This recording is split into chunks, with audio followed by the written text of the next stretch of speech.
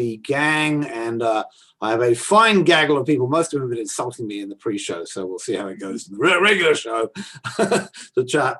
Coming up today, a bunch of our favorites, Kim Bellard, regular writer at THCB contributor, Jen Benz, employer health expert at Siegel Benz, Jess DaMassa, my co-host at Health in 2.0 and the queen at WTF Health, and Mike Magee, the author of Code Blue and medical historian. Rosemarie Day should be dropping in to see us later, but she's interviewing somebody right up to now who apparently is very, very loquacious, and she may be in a few minutes late, but we'll see Rosemarie when she hops in. All right.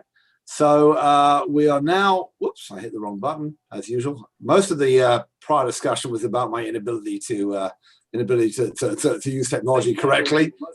And I'm clearly doing it again right now. All right, so let's start off. Same trying on a tradition as usual, ask what people have been seeing the last week or so and what they're thinking about what's kind of been going on that's interesting in their world. So let me start with you, Mike. Well, Matthew, I'm impressed by the fact that the political tutorial continues.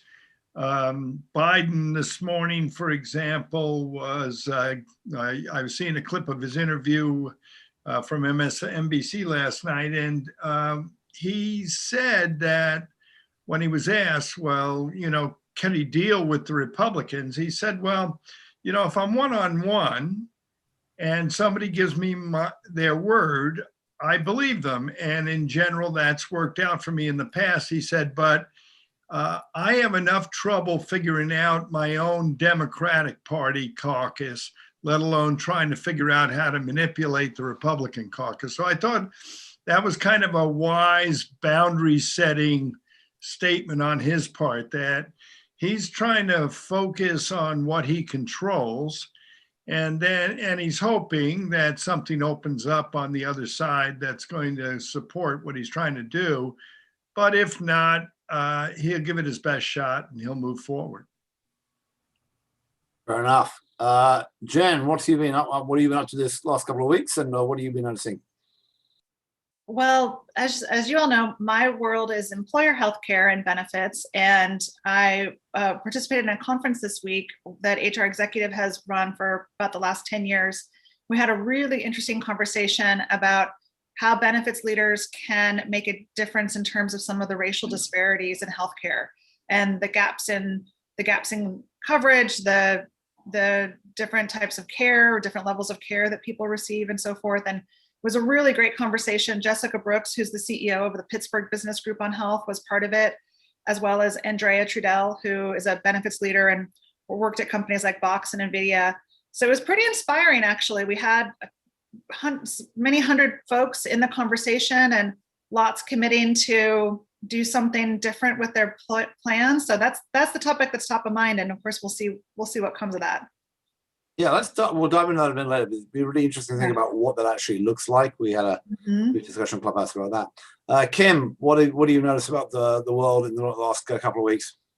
You may have noticed that our governor is now resorting to bribing people to get the vaccine. Hey, I'm moving to Ohio. I'm getting my first shot. 5 people are going to win $1 million if they've gotten the vaccine, and 5 high school kids are going to get full rides to public scholarship, public colleges in Ohio. So I'm thinking that the next thing is they'll pay people $10 million if they move to Ohio. Yeah, that's excellent incentive design, though, by the way. Do you get it if you already had the shot? You get it if you only had the shot. There's been some controversy about, why not reward people who now get the shot? Because the people that got the shot wanted to get the shot. They don't need an incentive. The people that need the incentives are the people that haven't gotten the shot yet. So I guess they're between now and the end of the contest for people that can get the shot, and then they would be eligible theoretically. But it doesn't seem to be entirely designed to do that, as opposed to rewarding people that have just done what they wanted to do anyway.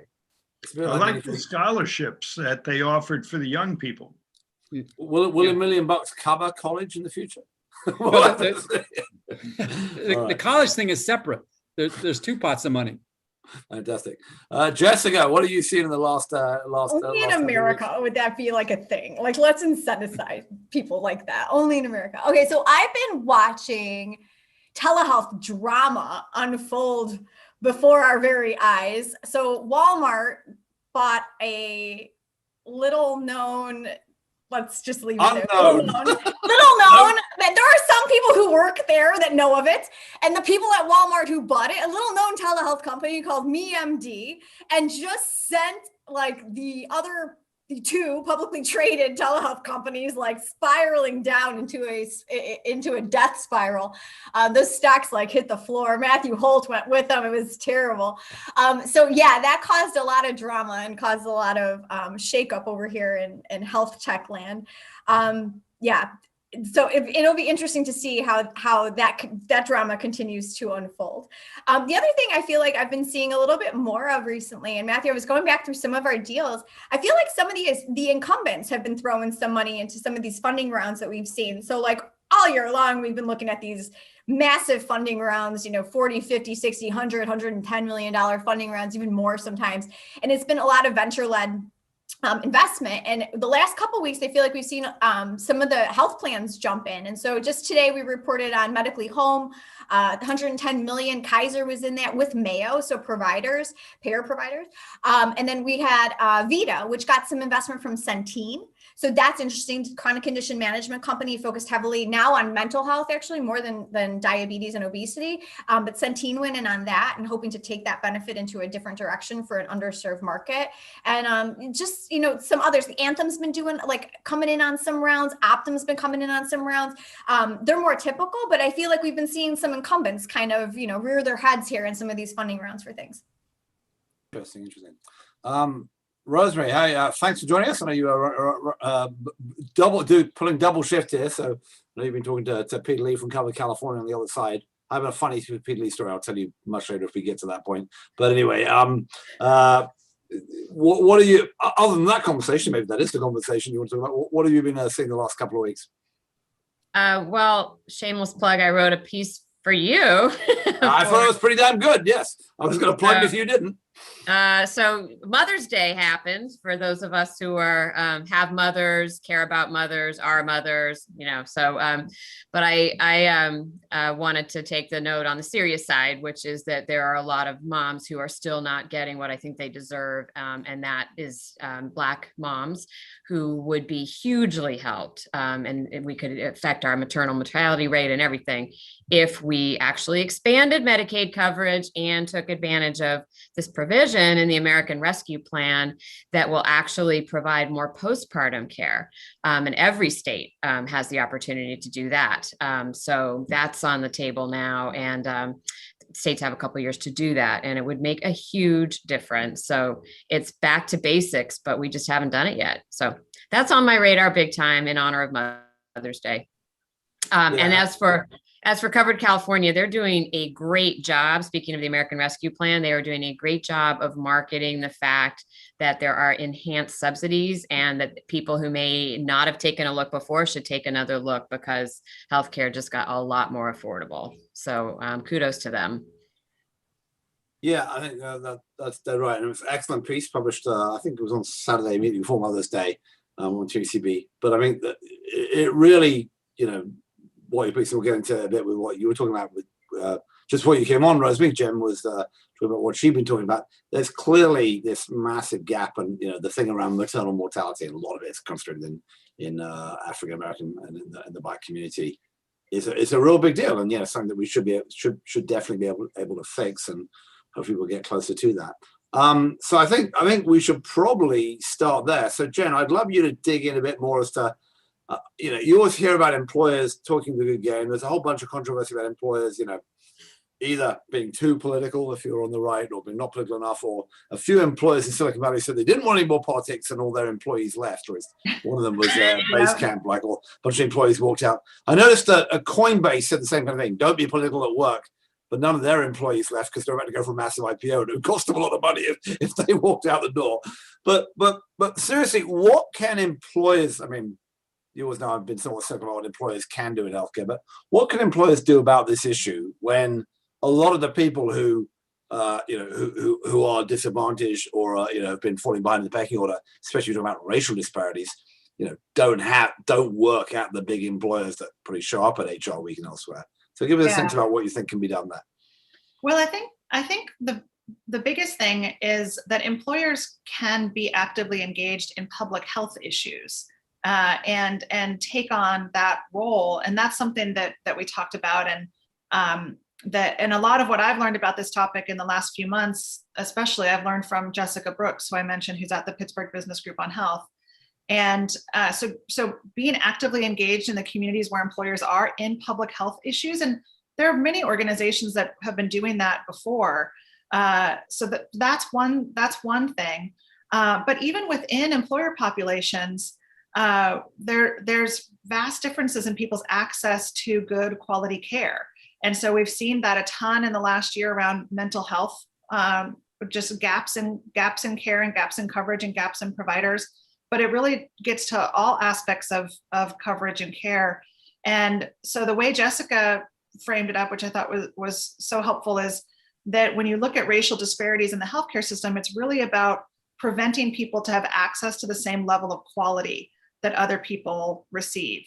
And that happens even in organizations that have marquee benefits where, people work for an employer where they're supposed to have the best of the best coverage, but you still may face a lot of racism when you're at that point of care. And so those are issues that we can all get engaged with. And I know Rosemarie has done a ton of thinking and writing about this topic. I'd be so curious what else she thinks there is.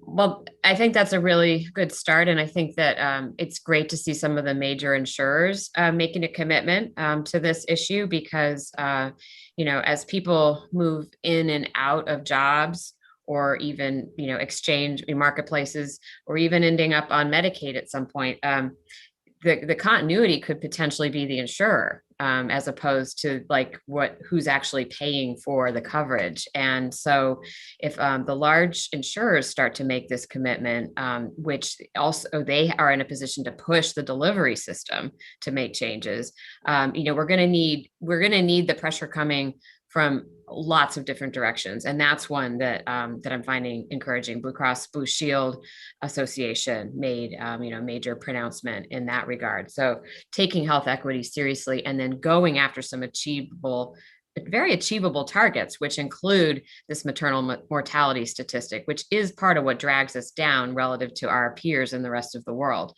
So this is not rocket science. I mean, I love that we have a whole gang here and we talk about all this incredible innovation and there's such a place for that. What is just sometimes disheartening is this actually doesn't even require innovation.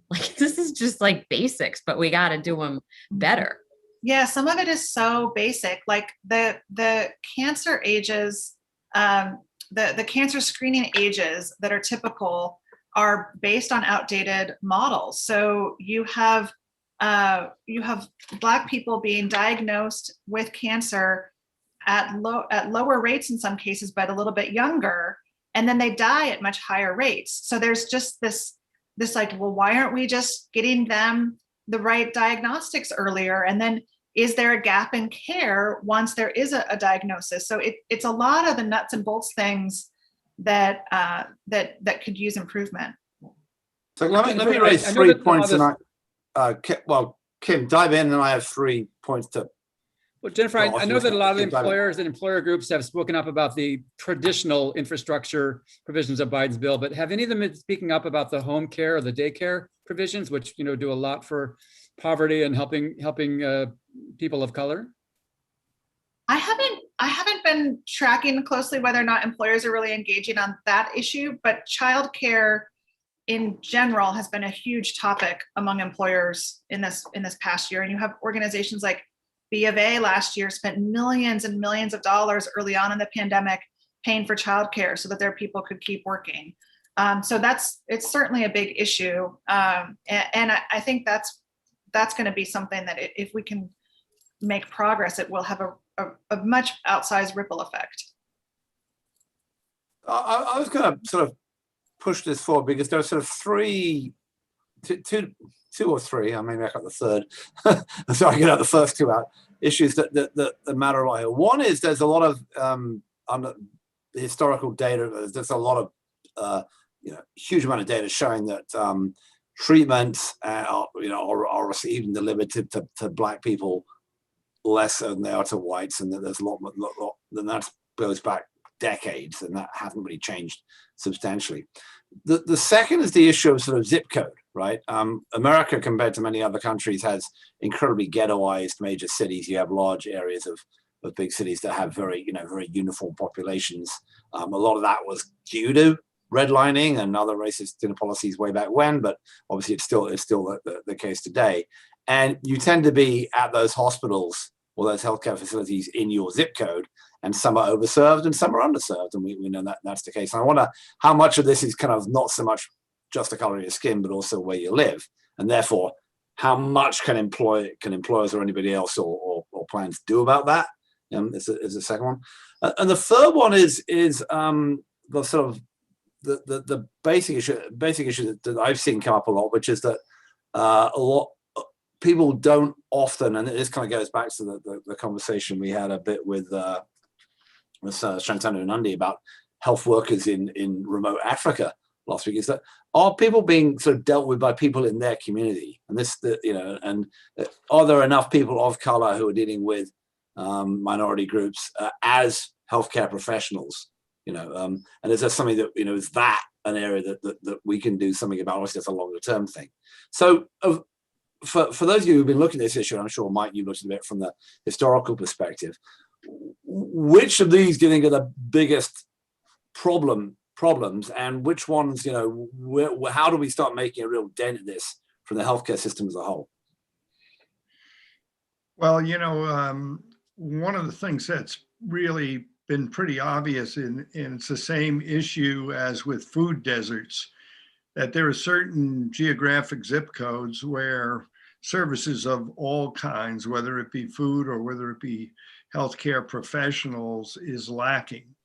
And if not lacking, then the institutions or the branches of the institutions that are placed in these locations can be substandard on a number of levels, either facility-wise or oversight, or the resident staff that they attract to support the patients in these sites.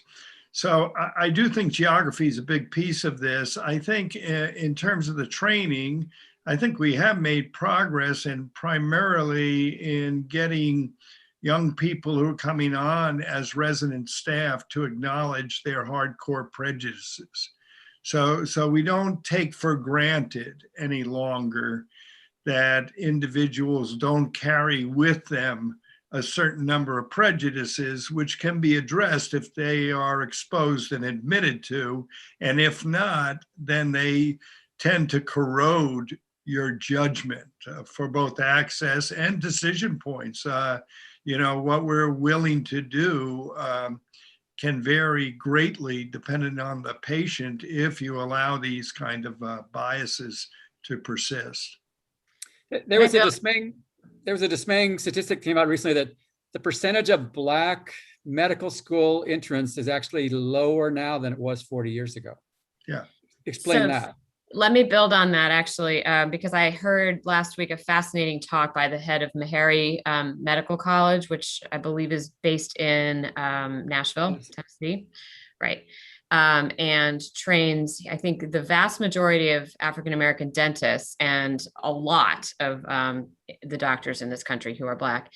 And he said, and he's Black himself and grew up, in a poor town, I think in Arkansas, and burst through all kinds of barriers, and studied in Harvard, Oxford, you name it. And people say to him, well, why are you there? You could be anywhere. And he says, this is where I need to be, because what he knows from having been in all those highfalutin places is that implicit bias is with us. And so when people are making decisions, whether it's who gets admitted to medical school or who's getting tenure or all the things, they are still looking for people like them. And since the preponderance is still largely white males, but mostly white anyway, it's really hard to break through that even today. And so our awareness of implicit bias and trying to overcome that is profoundly important in every dimension of the work, to feed the pipeline for Black doctors, and then also to treat patients appropriately, regardless of your skin color as the treating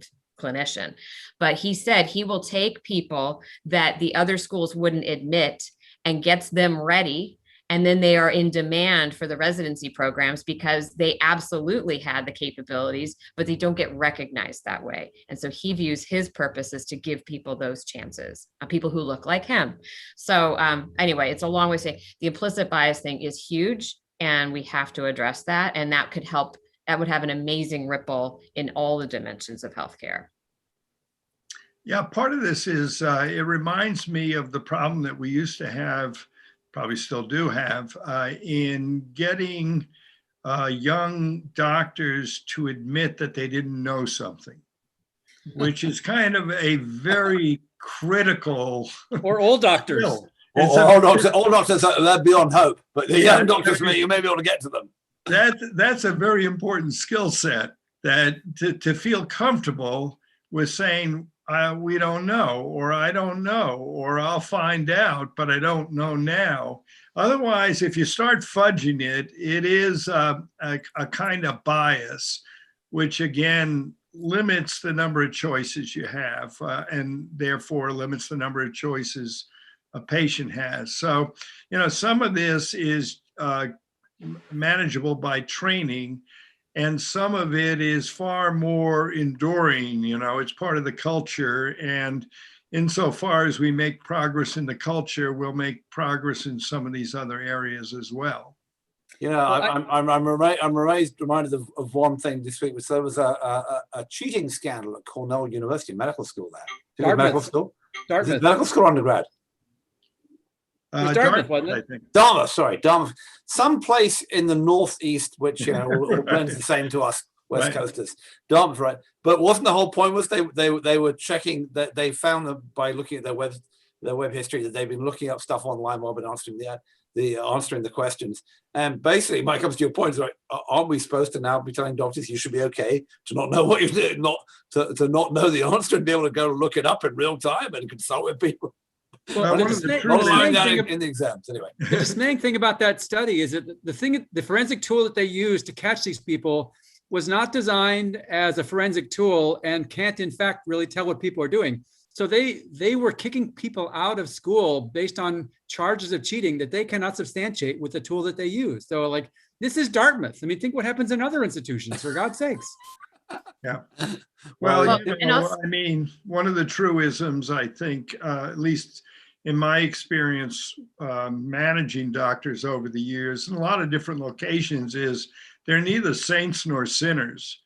They're just human like everybody else. And sometimes they're not fine human beings, and if you're lucky, we may get it right 2 out of 3 times. And what's the main marker when we get it wrong, when we select the wrong person? It's arrogance. If you get someone in who's arrogant on the front end, they're not trainable. Yeah. So, Well, and I think about this a lot with my own healthcare experience, because I've spent my career trying to explain healthcare to people, and I know a lot about how it works, and I know a lot about my own health. But the times where I have had to advocate for myself or push back on doctors for what they recommend and so forth are really, really hard. And they're really hard, for a white, well-educated woman who has spent a career studying healthcare. Like, put yourself in the shoes of someone who doesn't have any of that privilege and then is trying to push back on an older white doctor who's denying them pain medication or telling them that they don't need to be admitted to the hospital or anything like that. It's just it's something we need to somehow figure out how to solve from a systems level, because to your point, doctors are human, and like there's so much of the human dynamic there at play that is built on this messy history that we have as a country. I think you want to copyright that phrase. We get it right 2 out of 3 times, because I can just see a lot of health systems going for that. I know. yeah, right. Jen, I agree. I've had the same experience where there have been some times I've actually in advocating for my parents who are elderly and frail and cannot advocate for themselves anymore. And so I'm able to step in because I'm not the one who's ill. It's really hard if you're the one who's ill to muster the ability to do that. But to be my parents' advocate, I've had to push back sometimes when I didn't think they were getting the right care, and it's intimidating. And in Boston around a lot of smart people all the time and kind of am used to that dynamic. And yet I still find it really hard because there's also this part where there's so much at stake of what you care about most. And so there's emotions tied in, and it's intimidating. It's just hard. And I have, as you said, all the privilege, what have you, and it's still hard. So I do think there's a real role for patient advocates. And I know that you sometimes have folks, Matthew, that you I think maybe not today. That's Robin, Not an right? official one today, although I would call Jen a patient advocate because you've been at both sides of the system, right? You explained it a lot to people, but you have been a patient from a relatively young age. So I know you talked about that a bit now and again, but it's very tricky.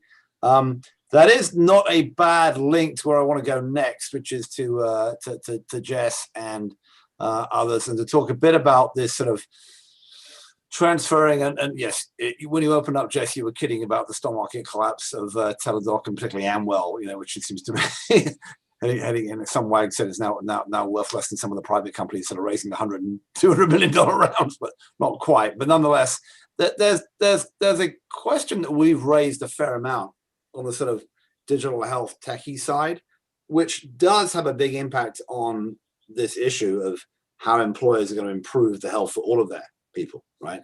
And we had, as I said, Shantanu Nandi on from Accolade the other day, and I'd like you to, you kind of kidded around this, Jess, but in a bit of seriousness, talk a bit about what you've seen regarding this notion of virtual primary care navigation and how that is being played out, being spun, with people developing it. What are you seeing in the sort of in that, and what's happening with it? And then perhaps we would riff a bit about whether there is a role there for this to solve some of these wider access and, frankly, quality based on the individual problem.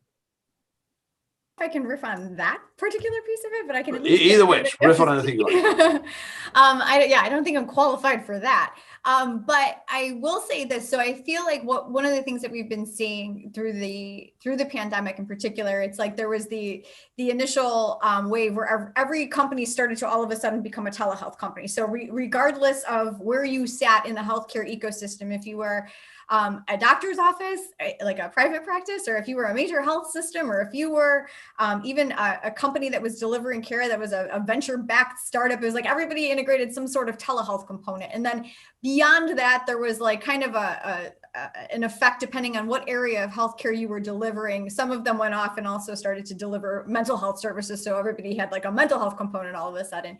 And now what we're seeing, I think, is the next genesis of that telehealth add-on that's been brought into the fold. And what we're seeing is this whole idea of companies that are specialized in providing primary care and specifically bringing people into the fold virtually to direct them and provide some sort of care navigation right off the bat, and then provide them with, in a lot of cases, a team that can consult with them and follow them along their healthcare journey in order to make sure that they get the care that they need when they need it, and that things are matched to acuity, and that they're finding the best sources of care for whatever is ailing them.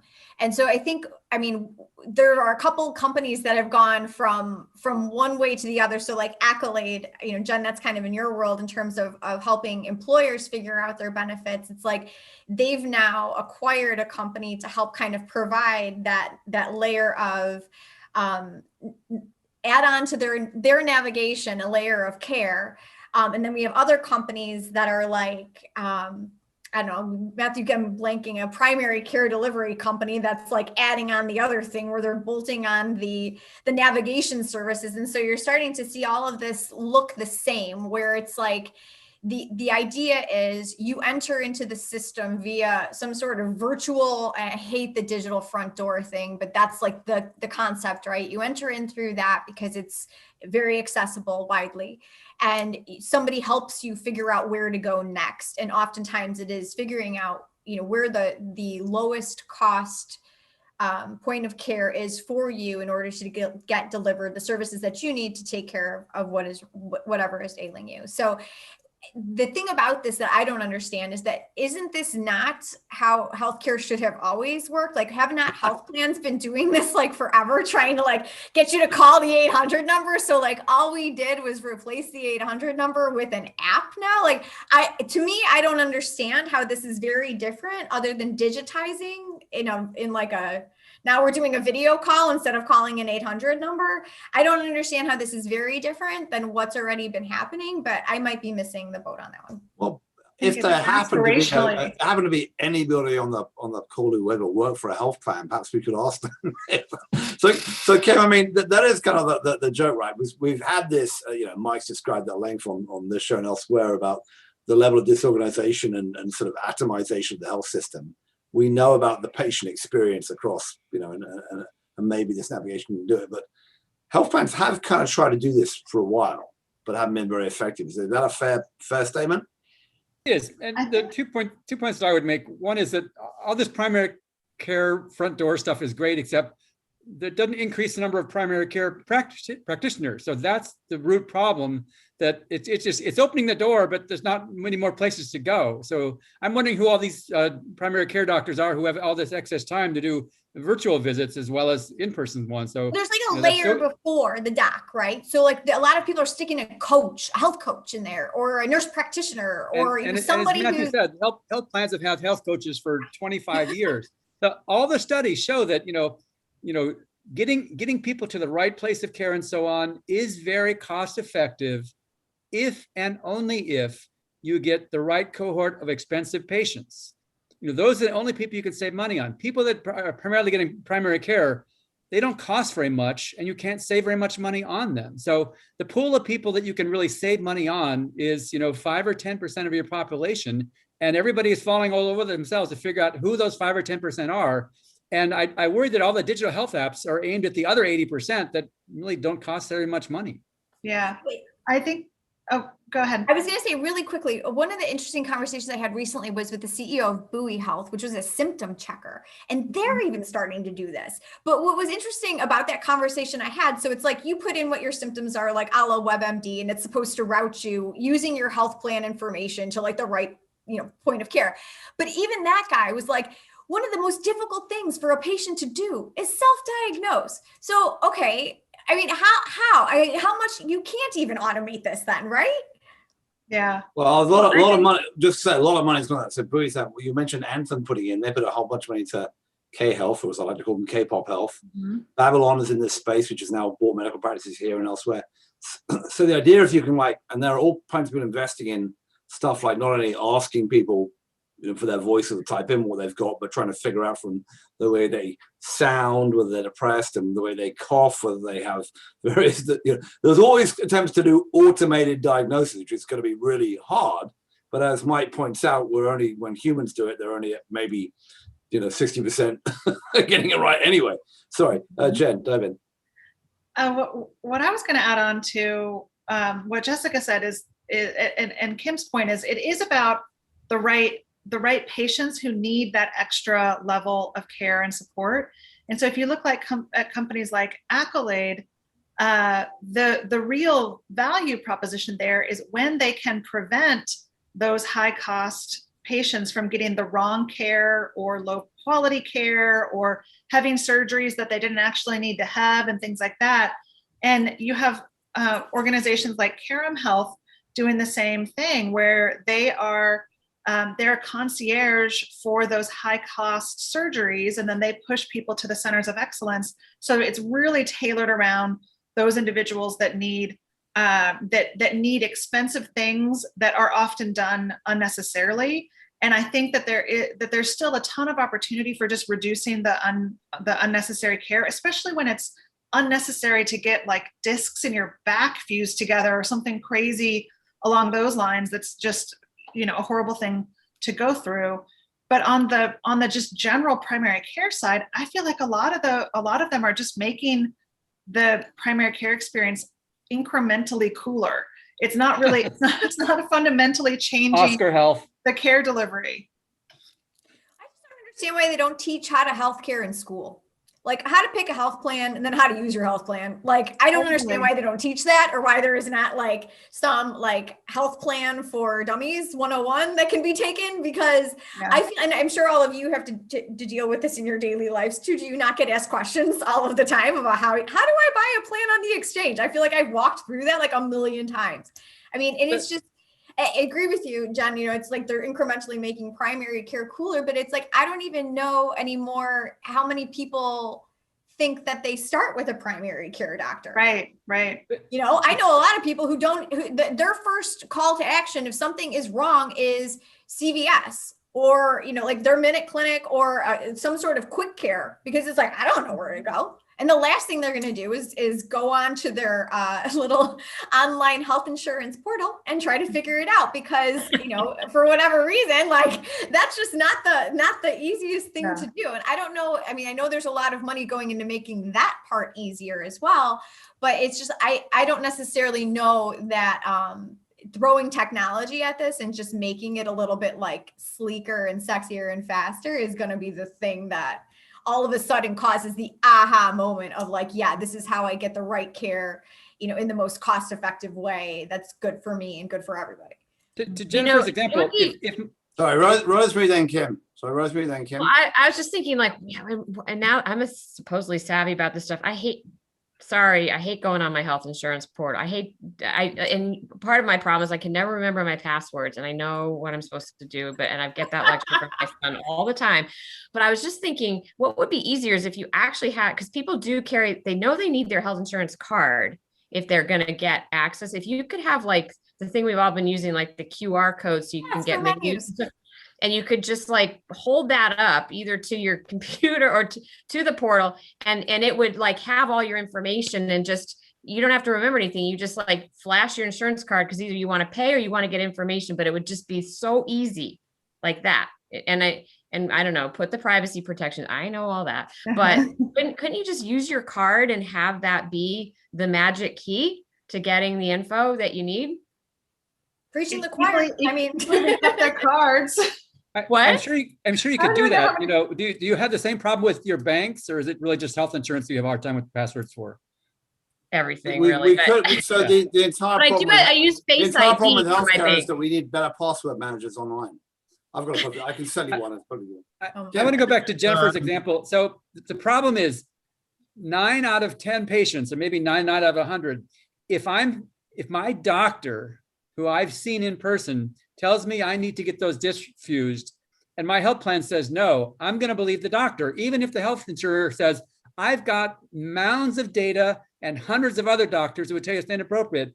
Most people will trust their doctor in the face of all evidence to the contrary. And that's the problem.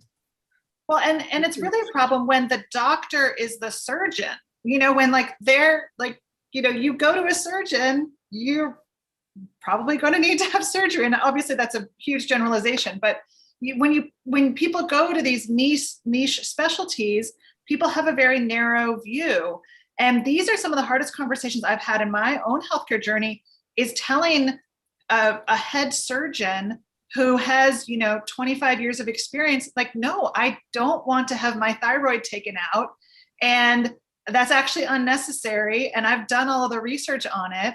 And I had that conversation, and the physician's assistant said, if you don't want to take the doctor's recommended approach, you should find another provider.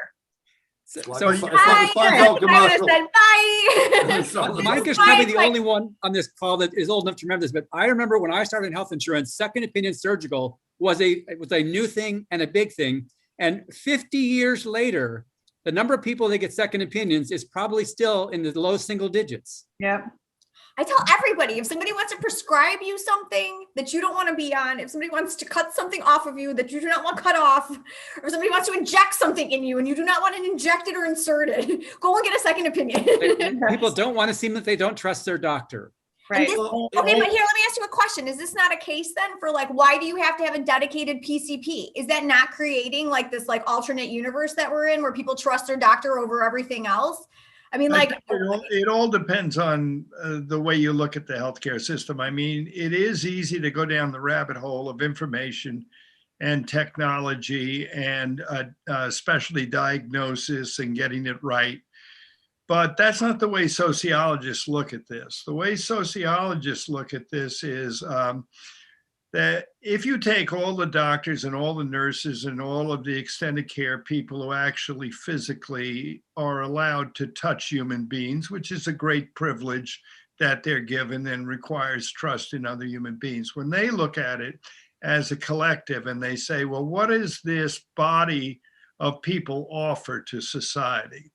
Yes, they do offer diagnosis and direction toward treatment, but more importantly, they do two other things. First of all, they link you together with your family and community resources. It's a subtle thing that happens during one of these visits, but they reinforce and they bring out in the open who's taking care of you and how is it going.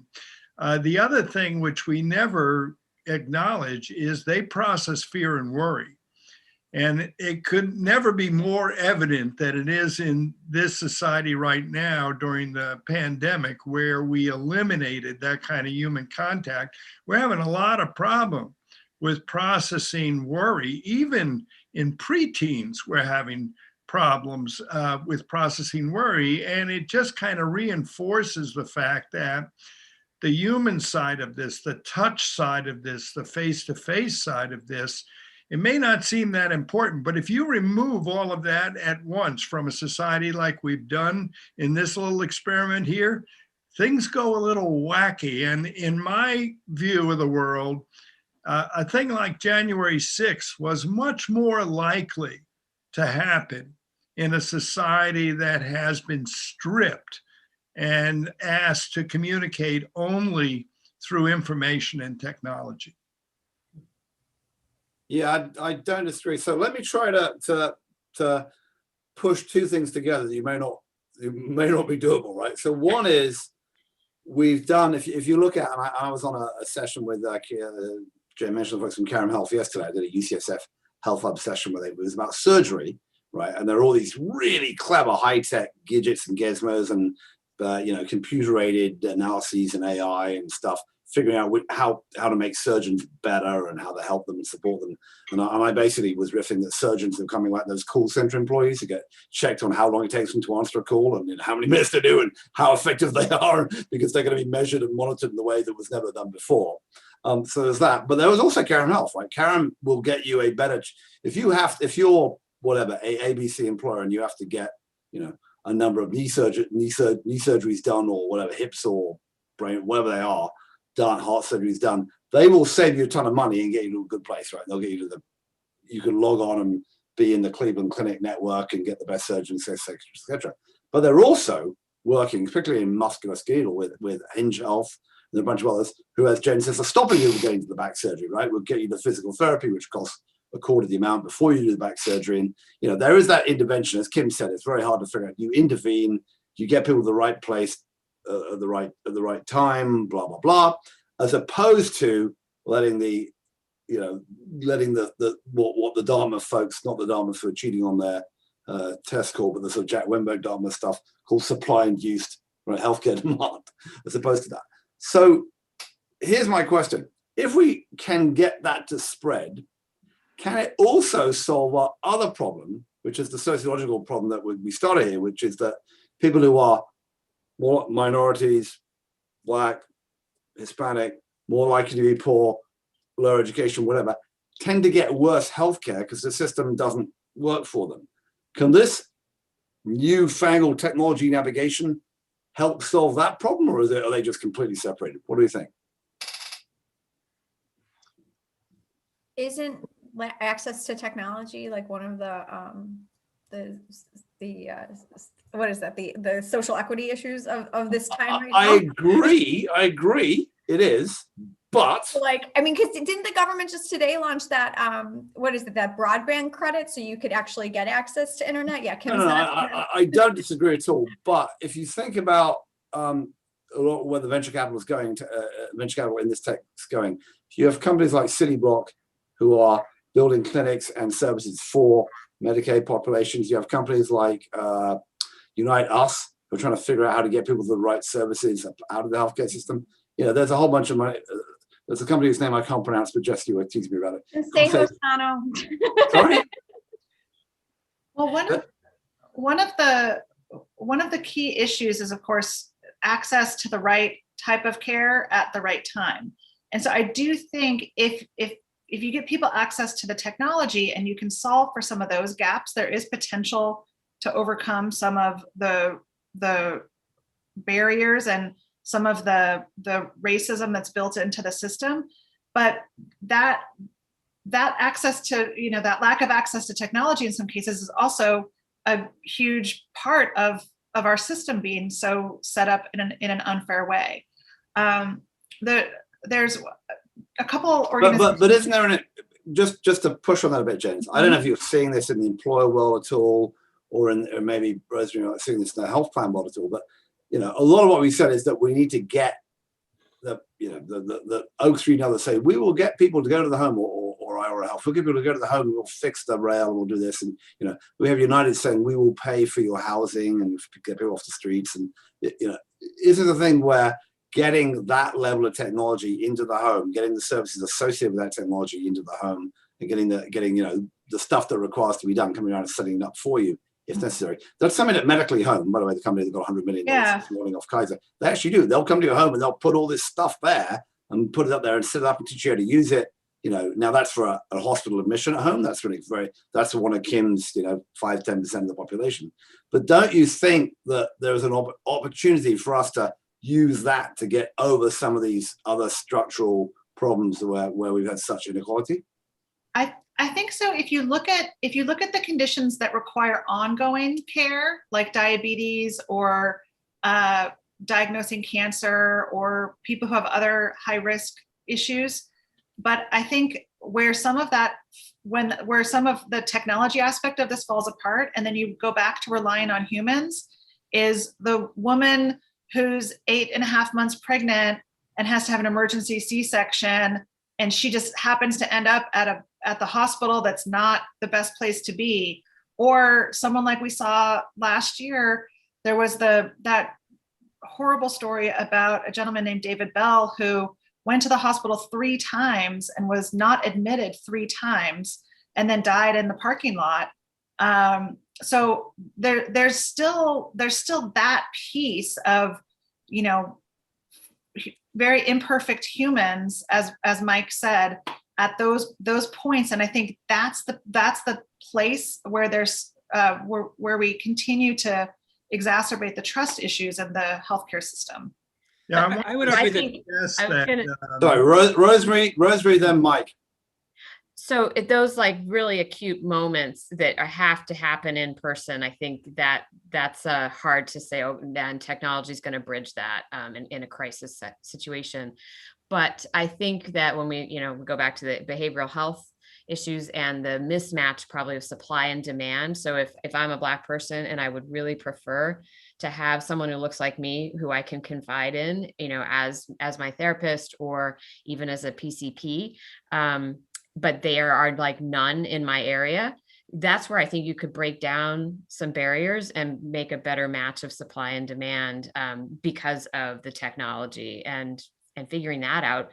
It's not going to solve everything, but I think it could certainly help, and better is good. Mike. Yeah, I wanted to say to Jess that I don't think it's an either or thing. And I do think technology has done an awful lot of good in areas where people were isolated to the point of not being heard. So I think it is important. It needs to continue to be developed. But I'm reminded, especially in long-term care, where my thinking has evolved. Back 10, 20 years ago, I wrote a lot about home-centered healthcare and this notion that, all we need to do is to encourage intergenerational linkages within families and bring the resources, make them more mobile, make them more technologically sound, and much of the care could be delivered in the home. Then, I'm from a family of 12, my wife's from a family of 10, and everybody's getting over 70 years old. And now what I'm remembering is, and some of you may know Chuck Fahey, the Jesuit priest who was very pivotal in long-term care. And in the middle of a heated argument at one of the symposiums, Chuck turned to me and he said, "But Mike, some people just get frail." And what he was saying was, some people get to the point where no matter how good you are as a son or a daughter or a brother or a sister, it's too much. It's too much. And the point that I want to make is that I'm not looking for primary care doctors or specialty doctors to, get our butts out of the fire for a family member. I'm looking for a group of people who are much farther down the care curriculum, have much less training, but much more compassion, much more instinctive ability to reach out and to lend a hand. And I think, if anything in the healthcare system, what we're missing isn't well-trained doctors or more nurses. I'm all for extending the care team down and showing an ability to coordinate. Now, if the technology can coordinate those care teams and make them more effective, as at the same time as they're making them more human, I think that would be a great hand. And if you do it for the elder population, you'll reinforce probably for mothers and newborn children as well, because many of the needs are similar, in terms of being there at the right moment, physical support, emotional support, good decision-making, and a variety of different resources that you really don't need doctor or nurse training to provide. So I would answer Jess's original question differently. I don't think this is primarily a technology problem. I don't even think it's primarily a health problem. I think it's first and foremost an income equality issue that, for example, there's a thing about a big chunk of the people haven't gotten vaccines, haven't gotten them because they're opposed to vaccines, just that they're working 3 jobs, they're taking care of a parent where they don't have time to go get a damn vaccine, even though they want to. There are so many people that are just scratching out a living, trying to keep their heads above, so they don't make good food choices. They don't make lots of different good choices. So it's first an income issue, and then secondly, it's an education issue. There are not many people with good educations that are making bad health, as many people making bad health choices. So come around my house. Until we address some of the root social inequities, we're still going to have health inequities, but you can't just put the Band-Aid on. You got to get down to the core of the sociological problem that's driving a lot of these things. Yeah, it often comes back to that, right? And this goes, it's a circular both ways, because now actually education and that problems, and then how you're going to get someone to get to, as Mike was saying, get to medical school, or as Rose was saying, get to medical school if they're coming out of that background, because there's a long, long way to go. And we know that, that first 2, 3, 4 years of life is the most important in terms of setting you up for success or failure down the path. And yet, we're still, back to the bill that's on the table now is extending childcare and extending daycare. And we haven't got down to what the British do and the Japanese do, which is have these statutory programs that go help early kids, really early stage kids. And the childcare credits are a big piece of his bill too, right? Yeah. But even so, it only gets down to 3. Am I right? I think it's below 3. Or am I wrong? Well, I think they're two separate things. One is the pre-K stuff, but then aren't there pre-tax childcare credits that give people money when they have children? Substantial amounts of money. Oh yeah, I think there is the guaranteed income piece. Yeah, yep. So it's that starts them off. The pre-K stuff helps the kids develop whatever, but you need all those things. Now, whether that should be called infrastructure, whether it be part of this bill, that can be discussed. But those are the roots of poverty that you really need to get at. Absolutely. And it also comes into, and this is something that Biden definitely did say during the campaign in a couple of his town halls, back to the issues of redlining and of exclusion, and how do you build generational wealth? And a lot of this comes back to the issues of back to many Americans, I forget the percentage, it was 40 or 50% can't write a check for $500 if they have a short-term emergency, and and a lot of this, of course, half of Americans don't have $400. I think the Federal Reserve. Right. And you're seeing this happen, the pandemic, of course, has just, exploded that, because, there's people who've lost their jobs, cleaning houses or working bars or what have you, and the rest of us are making a fortune trading Tesla stock.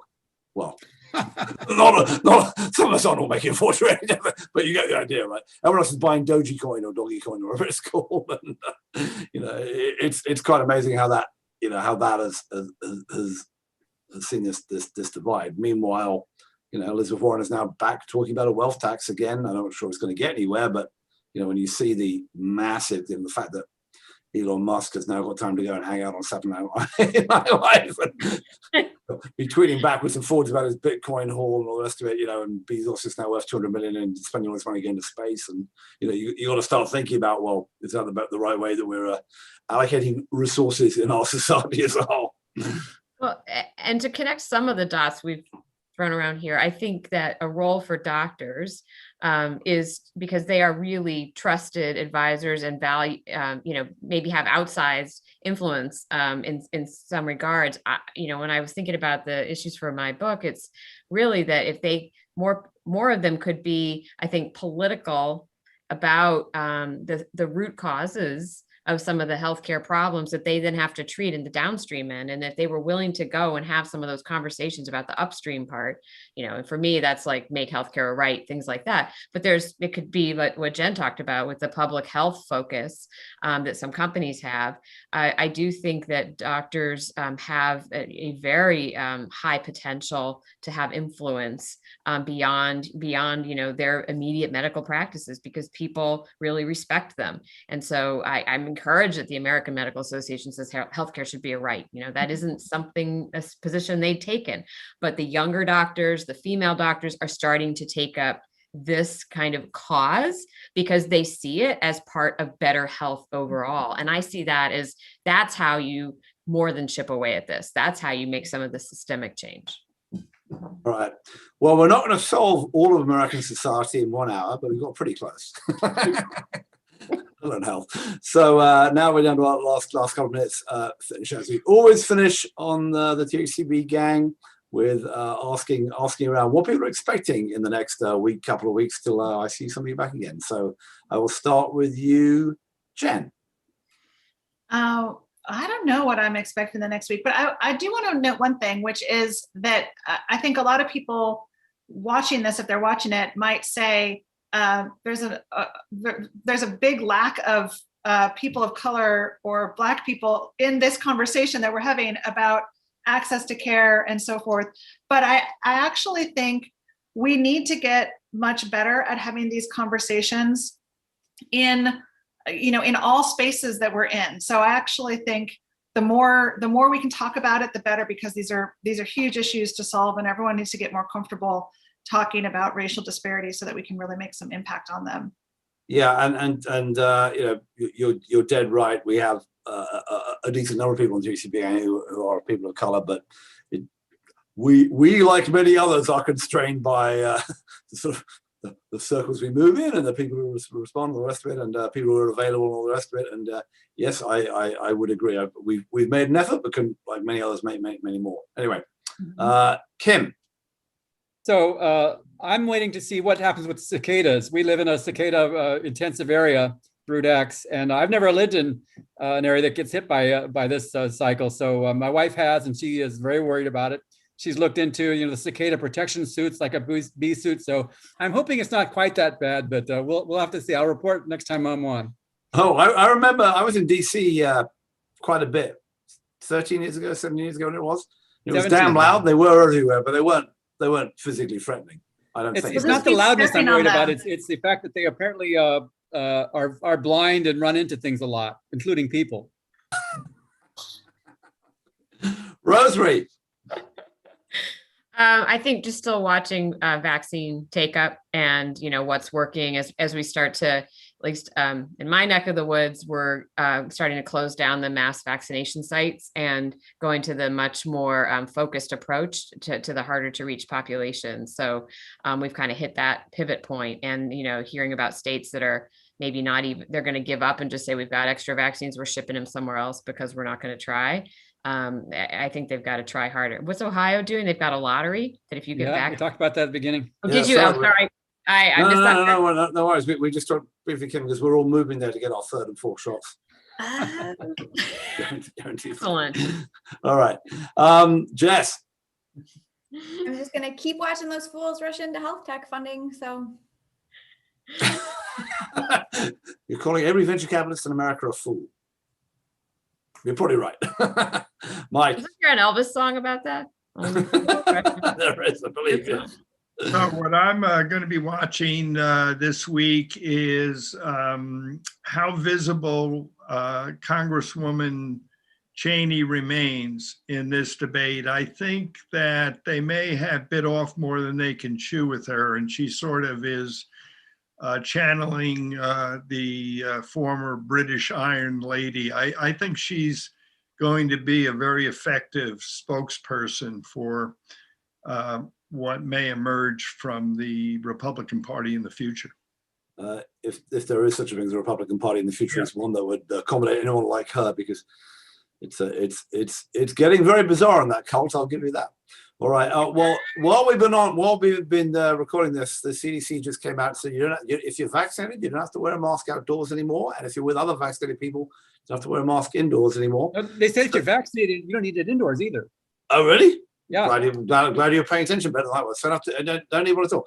So my forecast is this week I'm going to be selling on eBay temporary tattoos you stick on your forehead saying I've been vaccinated, and they will have a QR code and people can go up and hold their phone to it and see, were you genuinely vaccinated, hitting the database back somewhere in some state that shows whether or not someone was actually vaccinated, because you can trust all Americans to do the right thing, as Winston Churchill said. And I'm sure that those people who weren't wearing masks before, doing that little civil disobedience thing, but will have got vaccinated now. They're not wearing masks, and you can clearly tell. Well, this is the country where the CDC had to put out a warning: do not pump gas into plastic bags. So, oh my word. Okay, and with that, we have come to the end of. Someone told me the other week how to do this properly. I still can't make it work. We've come to the end of another THCB Gang. I want to thank my guests. That was a lot of fun. Kim Bellard from the soon-to-be cicada-strewn world of Central Ohio. Jennifer Benz from San Francisco. Jessica DaMassa from, I don't know if they have cicadas coming to attack her, but I'm sure she'll be terrified if they get close, in Jacksonville, Florida. Rosemarie Day from the sophisticated college town of Boston, although I remember them saying in Spinal Tap that Boston wasn't much of a college town, so we'll see. And then Mike Magee from Connecticut. Thanks to all of you. Matthew Holt from Northern California. Signing off. We'll be back same time, same place with the next episode of THCB Gang, which will be on May the 20th. So with that, I want to thank everyone for watching, everyone for listening, and my fellow gang members for coming on. Bye for now. Bye.